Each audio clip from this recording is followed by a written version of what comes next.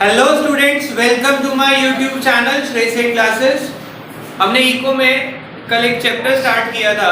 Chapter का नाम है इंडियाज फॉरेन ट्रेड। तो अगर इस चैप्टर के बारे में हम बात करें थोड़ी सी, चैप्टर का इंट्रो में हमने पढ़ा था फॉरेन ट्रेड का मतलब क्या होता है। हमने समझा था जब हम एक देश से दूसरे गुड्स में भेजते हैं गुड्स, तो उसको हम एक्सपोर्ट बोलते हैं। जब हम वहां से गुड्स खरीदते हैं तो उसको हम क्या बोलते हैं? Import. This export and import is known as foreign trade. ये इसके इंट्रोडक्शन में लिखा था। फिर हमने पढ़ा कि इंडिया का जो फॉरेन ट्रेड है उसके फीचर्स क्या है, या किसी भी देश के फॉरेन ट्रेड के फीचर्स क्या होते हैं। 4 फीचर हमने पढ़े थे। पहला फीचर जो हमने पढ़ा था कि फॉरेन ट्रेड कब कर सकते हैं? जब हमारे पास इंटरनेशनल स्पेशलाइजेशन हो और कंपैरेटिव कॉस्ट एडवांटेज हो। दूसरा, इंटरनेशनल ट्रेड फैसिलिटेट करता है export of goods at a price higher than the domestic market price. हम ज्यादा रेट पे बेच सकते हैं। तीसरा, इंटरनेशनल ट्रेड फैसिलिटेट करता है क्या? Import of those goods which can not be produce competitive rate in the domestic economy, जो कॉम्पिटिटिव रेट में हम यहाँ नहीं बना सकते। और लास्ट हमने पढ़ा था कि ये हमें अपॉर्चुनिटी की इन्वेस्टमेंट देता है जिससे हमारा जीडीपी ग्रो कर सकता है। बेटा प्लीज, जो बच्चे अभी याद नहीं आ रहा है इसका मतलब आज इस चैप्टर को रिवाइज नहीं करके आए। रिवाइज नहीं करोगे तो चैप्टर प्रॉब्लम हो जाएंगे याद करने में। प्लीज साथ साथ याद कर लो। सिर्फ एक ही पेज हुआ था, अब इसको याद करके आएंगे आप। आगे चलते हैं। फिलहाल अगला टॉपिक है India's foreign trade at the time of independence. Independence के टाइम पे इंडिया का फॉरेन ट्रेड कैसा था, ये सब हम चैप्टर नंबर 1 में ऑलरेडी पढ़ चुके हैं। चैप्टर 1 में हमने पढ़ा था इंडिपेंडेंस के टाइम पे हमारा फॉरेन ट्रेड जो था वो सरप्लस तो था, but only to benefit the Britishers. We were the exporter of primary goods and importer of finished goods. तीसरा हमने पढ़ा था मोनोपोली कंट्रोल आया था हमारे देश में फॉरेन ट्रेड में, ब्रिटिशर्स का मोनोपोली कंट्रोल। क्या मोनोपोली थी कि हम जो भी एक्सपोर्ट करेंगे वो ब्रिटेन होगा और जो भी इंपोर्ट करेंगे दैट टू फ्रॉम ब्रिटेन। तो ये हमारा फॉरेन ट्रेड की सिचुएशन थी eight the time of independence. But अगला टॉपिक, ये टॉपिक एज इट इज वहां लिखा भी है, रेफर चैप्टर 1। ठीक है, वही 3 हेडिंग आनी है आपकी। आगे चलते हैं, अब नया टॉपिक करते हैं India's foreign trade after independence. वो at the time of independence यानी बिफोर इंडिपेंडेंस या इंडिपेंडेंस के टाइम पे कैसा था, उसके बाद क्या सिचुएशन है आज हमारी। तो टॉपिक है India's foreign trade after independence. अब आफ्टर इंडिपेंडेंस हमारा फॉरेन ट्रेड कैसा है? सबसे पहला लिखा है क्या? Number 1, volume of foreign trade. अब वॉल्यूम ऑफ फॉरेन ट्रेड का मतलब क्या है कि हमारे देश से जो फॉरेन ट्रेड में बेटा 2 चीज आती है ना, एक्सपोर्ट और इंपोर्ट। कितना कितना था? अगर हम वहां पे पढ़ेंगे तो export was 3109 crores and import was 3651 crores, right. और ये हम आज की बात करें तो हमारा इंपोर्ट जो है इट इंक्रीजेस टू 2895 टाइम्स। ये बढ़ गया है कितने टाइम्स? 2895 टाइम्स। और इंपोर्ट इंक्रीजेस बाय 3612 टाइम्स। ये इतना टाइम्स बढ़ गया है। अब टाइम्स का मतलब क्या है कि पहले अगर 3109 करोड़ का था, अब वो इतने गुना हो गया, यानी कि इससे मल्टीप्लाई करके जो ह्यूज फिगर आएगी, अब इतना एक्सपोर्ट हो रहा है और इंपोर्ट भी इतना हो रहा है। तो हमें लगता है कि सर बहुत ज्यादा बढ़ गया। एक्चुअल में आप देखें तो हम कंपेयर कब कर रहे हैं? हमारा फर्स्ट 5 ईयर प्लान जो कि 1951 में बना था उसको आज से कंपेयर कर रहे हैं। बेटा उस टाइम 100 रुपए के ट्रेड की वैल्यू भी बहुत होती थी और आज 10 लाख के ट्रेड की भी वैल्यू कुछ नहीं है। 10 लाख का जो बिल बनता है एक्सपोर्टर इंपोर्टर का बहुत नॉर्मल सा बिल होता है। वो 8-10 लाख से नीचे तो एक्सपोर्ट इंपोर्ट करते ही नहीं है कोई। तो उस टाइम पे 1000 रुपए के ट्रेड की भी बहुत वैल्यू थी। अभी लाख रुपए के ट्रेड की भी वैल्यू नहीं है। तो कंपैरिजन जो है वो 1950s से हो रहा है, इसीलिए हमें लग रहा है कि बहुत ज्यादा बढ़ गया, बट बेस इफेक्ट बहुत पुराना है, इसी वजह से इतना बड़ा फिगर लग रही है, एक्चुअल में इतनी बड़ी है नहीं। क्लियर हो गई बात? अब इसको हम पढ़ते हैं। पढ़ने से पहले मैं आपको बता दूं ये फिगर्स एग्जैक्ट सेम है। अब याद कैसे होंगी? देखो, एक्सपोर्ट, हम जब भी फॉरेन ट्रेड की बात करते हैं हमारे दिमाग में इंपोर्ट बाद में आता है, पहले एक्सपोर्ट ही आता है। एक्सपोर्ट इंपोर्ट इंडिपेंडेंस के बाद भी आज भी हमारे देश में हम जब बाहर से कोई चीज खरीदने की बात करते हैं ना, हमारे देश में इंपोर्ट आज भी ज्यादा है एक्सपोर्ट के मुकाबले। आप जानते हैं कि हमारे यहाँ पे लेटेस्ट टेक्नोलॉजी आज भी हम कहां से खरीदते हैं? बाहर से खरीदते हैं, किसी भी देश से खरीदे चाहे, तो यानी कि इंपोर्ट अभी भी ज्यादा है और एक्सपोर्ट। अब दोनों में 3109 और 3651 के मुकाबले कौन सा ज्यादा है? 3651। तो वो इंपोर्ट है और एक्सपोर्ट क्या है? 3109। याद करें, 3109 is export and 3651 is import. अब वो कितने टाइम्स, ध्यान से सुनना कैसे याद किया मैंने। एक्सपोर्ट बड़ा है कितने टाइम्स? 2900 से 5 कम। मेरा दिमाग ऐसे याद करता है, एक राउंड फिगर जल्दी याद होती है। 2900 से 5 कम, 2895 टाइम्स। और वो देख रहा है 3651 से आखिरी की 2 डिजिट बदल रहा है सिर्फ, 3612 टाइम्स। ऐसे मेमोराइज किया हमने लास्ट बैच में जब पढ़ाया था, तब से ये याद है फिगर्स, क्योंकि इसको एक तरीके से याद किया। ठीक है, अब पढ़ते हैं। देखो क्या लिखा है। During the first 5-year plan India's import were 3651 crores and exports were 3109 crores. This export has increased. Export कितने से बढ़ा?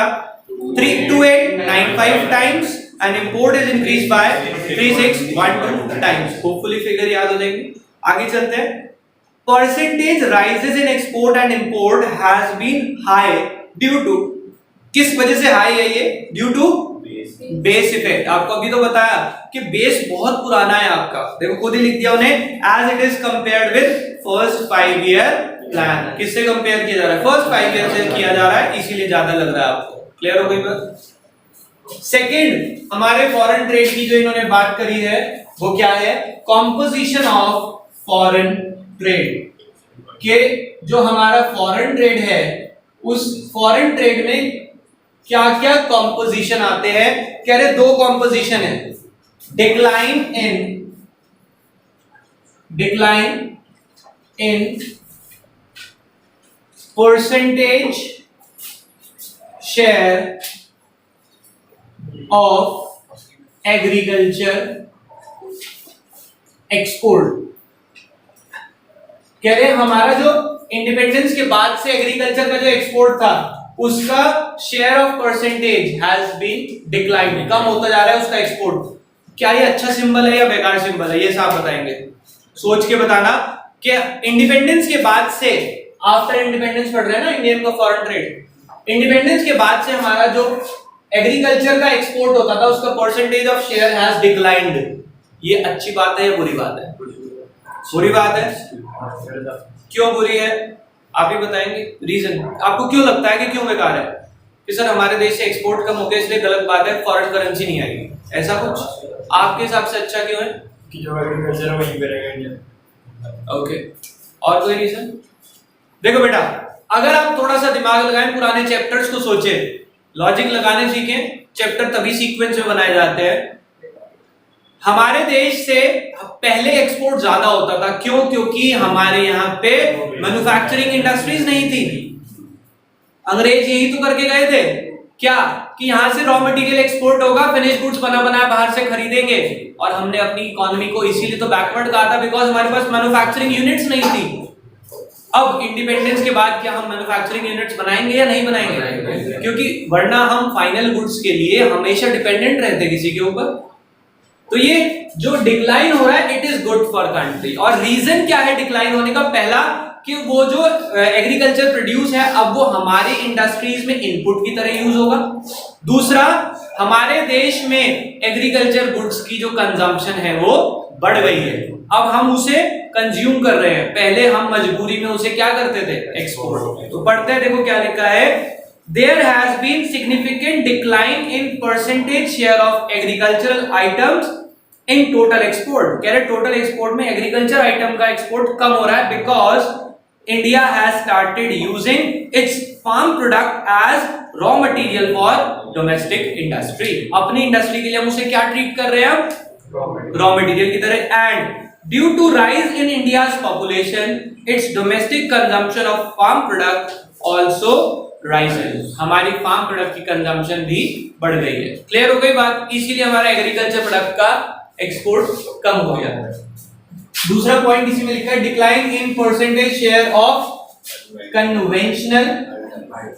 अब ये कन्वेंशनल आइटम्स कौन सी होती है बेटा, जो कमर्शियल गुड्स होते हैं, लाइक जूट, टी,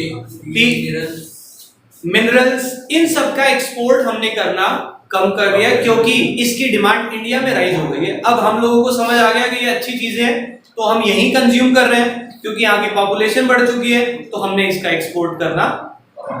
अब एक्सपोर्ट करना कम क्यों करा, ध्यान से समझेंगे. अब इंडिया में अगर हम अपने गुड्स अपनों को अवेलेबल नहीं करा रहे और बाहर भेज रहे हैं, तो ऑब्वियसली जब बाहर जाएंगे और अपनों की जब डिमांड पूरी नहीं होगी तो वो कहां से खरीदेंगे, बाहर से खरीदेंगे. यानी कि तो वही बात हो गई, पहले यहां से बेचे फिर वहां से खरीद ले. इससे अच्छा इसका एक्सपोर्ट ही कम कर दो. तो देखो क्या लिखते हैं, conventional items in India includes jute, T, minerals, food grains, full stop, due to increase in domestic demand for these conventional items, the total share in export has declined. अब कह रहे इसकी कन्वेंशनल आइटम की demand India में बढ़ गई तो हमने इसकी एक्सपोर्ट को कम कर दिया. दोनों पॉइंट होपफुली समझ आ गए होंगे कि इंडिया का फॉरेन ट्रेड में पहले क्या था. अब कह रहे हैं composition of foreign trade. Foreign trade जो था उसकी कॉम्पोजिशन पे हमने दो चीजों में इफेक्ट डाला. सबसे पहले एग्रीकल्चर का शेयर कम किया, फिर कन्वेंशनल का शेयर कम. समझ आ गए दोनों पॉइंट. तीसरा पॉइंट अब हम पढ़ते हैं, increase in percentage of manufactured goods. Increase in percentage of manufactured goods. इसका मतलब क्या है, जो गुड्स हमारे पास फाइनल गुड्स हैं उसका एक्सपोर्ट हमने बढ़ा दिया. ये फायदा है या नुकसान है? क्या शो करता है, ये ग्रोथ है या हमारी इकोनॉमी डूब रही है? मतलब पहले जो हम इनपुट बेच रहे थे, अब उस इनपुट से हमने फाइनल गुड्स बनाए और हम फाइनल गुड्स बेच रहे हैं, तो ऑब्वियसली प्रॉफिट और होगा और हमारा देश का जीडीपी बढ़ेगा और अब दूसरे देश हमारे ऊपर डिपेंड होंगे. समझ रहे हैं बात को? तो इससे क्या करा हमने, देखो अगर पूरा देखा जाए टॉपिक तो ये एक्चुअल ग्रोथ शो कर रहा है. जो हम पहले रॉ मटेरियल भेज रहे थे उसको तो कम कर दिया, अब फिनिश गुड्स को एक्सपोर्ट करने के कैपेबल हो गया हमारा देश. तो पढ़ते हैं, देखो क्या लिखा है, percentage share of manufactured goods in total export have been increased. कह रहे ये बढ़ गया है. Presently gems and jewellery in India's higher exporting category of goods. India की हाईएस्ट एक्सपोर्टिंग कैटेगरी में क्या आ रहा है, यहां से ज्वेलरीज एंड जेम्स. समझ आ गई बात? कोई प्रॉब्लम? तो इंडिया के फॉरेन ट्रेड आफ्टर इंडिपेंडेंस के 3 पॉइंट और बिफोर इंडिपेंडेंस के भी, वो आप फर्स्ट चैप्टर में याद कर चुके हैं, टेस्ट भी दिया तो वो फुल याद होंगे. अब इसको याद करते हैं. पहला volume of India's foreign trade, जिसमें एक्सपोर्ट इंपोर्ट की फिगर्स याद करें. Composition of India's foreign trade, उसमें दो है, decline in percentage share of agriculture goods, decline in percentage share of conventional items, increase in percentage of manufactured goods. Clear? आगे चलते हैं, अगला topic, direction of India's foreign trade. India का foreign trade की direction समझना बेटा. Foreign trade क्या है, एक्सपोर्ट और इंपोर्ट. कह रहे एक्सपोर्ट किस डायरेक्शन में है, यानी कि किसको किसको करते हैं, और इंपोर्ट किस डायरेक्शन में, यानी कि किससे किससे इंपोर्ट करते हैं. तो वो कंट्रीज के नाम लिखे हैं कुछ. देखो, presently a major trading partner are USA, China, Japan, Australia, Singapore, UK, Switzerland etcetera. इनको सब हमको हम एक्सपोर्ट करते हैं. इंपोर्टिंग का है our importing partners are mainly China, USA, Saudi Arabia, etc. हम इनसे basically import करते हैं. Clear? Next, 1991, a year of divide. Question में confusion होता है. 1991 a year of divide, 1921 a year of great divide. अब बच्चा आंसर मिक्स कर देता है. चैप्टर नंबर 1 में last topic why 1921 is called a year of great divide. Question आता है why 1991 is called a year of great divide. दोनों में डिवाइड यानी कुछ चेंज आया था. 1921 में क्या आया था? पॉपुलेशन कभी डिक्लाइन नहीं, उसके बाद ठीक है बढ़ती जा रही है. और 1991 में क्या हुआ था? LPG पॉलिसी आई थी, न्यू इकोनॉमिक पॉलिसी. पढ़े देखो क्या लिखा है. After introduction of new economic policy 1991 we have shifted to strategy of export promotion which promotes rise in export and import. कह रहे हैं हमने 1991 में जब न्यू इकोनॉमिक पॉलिसी लगाई थी तो हमने एक्सपोर्ट प्रमोशन किया था, यानी कि हमारे देश में गुड्स हम कहीं से भी खरीद सकते हैं और कहीं पे भी बेच सकते हैं. पर 1991 से पहले कौन सी स्ट्रैटेजी फॉलो करते थे? Import substitution strategy. Import substitution क्या था? याद है? भूल गए? इंपोर्ट सब्स्टिट्यूशन का मतलब होता था कि हम जो गुड्स बाहर से मंगा रहे हैं, इंपोर्ट का मतलब क्या होता है? जो बाहर से मंगा रहे हैं उसको सब्स्टिट्यूट करके इंडिया में ही बनाओ. वो स्ट्रैटेजी फॉलो करते थे. क्यों फॉलो करते थे? दो रीजन थे. एक तो डोमेस्टिक इंडस्ट्री को प्रोटेक्शन हो जाती थी और फॉरेन करेंसी का रिजर्व बचता था. ये पॉलिसी हम फॉलो करते थे 1991 से पहले. पर 1991 के बाद जब न्यू इकोनॉमिक पॉलिसी आई, हमने इस इंपोर्ट सब्स्टिट्यूशन पॉलिसी को रिप्लेस किया with export promotion strategy. Export promotion मतलब अब हम किसी भी देश से एक्सपोर्ट इंपोर्ट करेंगे फ्रीली. ठीक है. इस इंपोर्ट सब्स्टिट्यूशन स्ट्रैटेजी को हम इनवर्ड लुकिंग ट्रेड स्ट्रैटेजी भी बोलते हैं. Inward looking trade strategy. Import substitution का मतलब सबको क्लियर है ना? अभी बताया. जब हम बाहर से ना मंगा के अपने ही देश में बनाए उसे इंपोर्ट सब्स्टिट्यूशन. इंपोर्ट मतलब खरीदना, सब्स्टिट्यूशन मतलब रिप्लेस. अब इसका दूसरा नाम वो भी सोच लो. इनवर्ड मतलब अंदर, लुकिंग अंदर ही देखेंगे.